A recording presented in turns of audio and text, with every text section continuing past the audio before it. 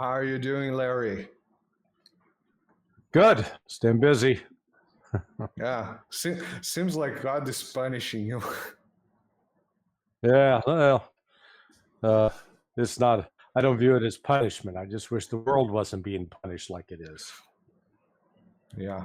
So, Larry, let's talk about something that I actually been thinking about talking with you since the first day we did the first show here in the channel. With this crazy, messianic things that we are seeing around, and back then during our first talk you told me that you were raised in a Mormonic church family, so knowing a little bit Right. and not so much. I know that the Mormons they study a lot of religion, and I'm not. I was raised in a usual Rio de Janeiro family, Catholic, and then we don't go to church because that's what we do. We go to the beach Sunday morning, and then we got a teenager, and Sunday morning is a great day for hangover, not church. Right. So I know little to nothing about religion. And even knowing little to nothing about religion, since all this started in Ukraine, and I started seeing a lot of small, I'm talking about Ukraine still, a lot of small signs that, we were facing some type of new crusades, new religious wars. And now we have again something in the Middle East which is pushing so hard on that. Yeah. Looking at Netanyahu talking messianic, it's crazy. So can you put some light in my head about that, because I'm not understanding anything.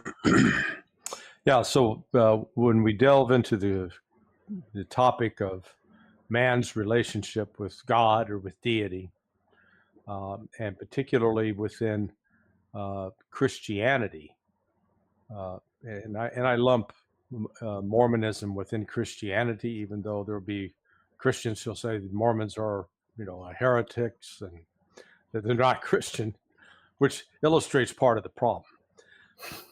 People have when you get into the realm of religion, you enter the realm of belief. It is not based upon science. It is Reason. it's not based necessarily on reason. It is a deep held belief. And I'm not trying to suggest that it's not valid, but it becomes more emotional than rational. And when you go back into the 19th century, there were a number of movements that emerged around the 1830s, 1840s, and Mormonism was one of those. They were all predicated on the world is going to come to an end. The Mormon concept at the time, they're just to go out and warn the world that the judgment of God was coming and the world was going to end and they needed to repent. And throughout the ages, Christians debated over the book of Revelation about its meaning and its the implications that this is telling about the end of time. And within Judaism as well, and within Islam, each of those great religions have belief about the end of time, the end of the world, the return of a Messiah, the return of the prophet, in the case of Islam. And so you then get this phenomena where people start acting in certain ways to try to help to bring that about. And it's sort of bizarre. Take a look at Israel as an example. The Haaretz, the Hasidic Jews, these ones with the dreadlocks and the long frock coats and the hat, they're always wearing a broad brim hat of some sort. they reject the current state of Israel as being valid because the state's only supposed to be set up when the Messiah returns. So they're sort of the anti-Zionist, if you will. You've got others that are like Smotrich and Ben Gvir. They're part of a settler group that follow this particular rabbi. I don't recall his name at the moment, but they genuinely believe that this is part of God's plan, and then God's going to bring about this this judgment upon all the Gentiles and destroy them and leave the Jews in place. And so they're happily trying to create those conditions. So that's, this isn't when we talk normal geopolitics and global interaction, you're talking about disputes over water, disputes over land, disputes over oil. Hitler wanted more Lebensraum, more living room for the German people, access to resources. We're dealing with something that doesn't fall in any of those categories here. This is what people believe about their relationship with God and God's relationship with history and what they're going to produce. So it's they genuinely believe, hey, there's going to be this massive battle and the nations of the world are going to line up, and Jesus is going to, the Christian view is Jesus will come and intervene. I mean, there are lots of different variations of the story.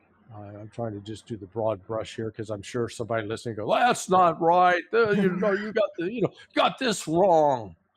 I always remember, and this gets into concepts of life after death as well.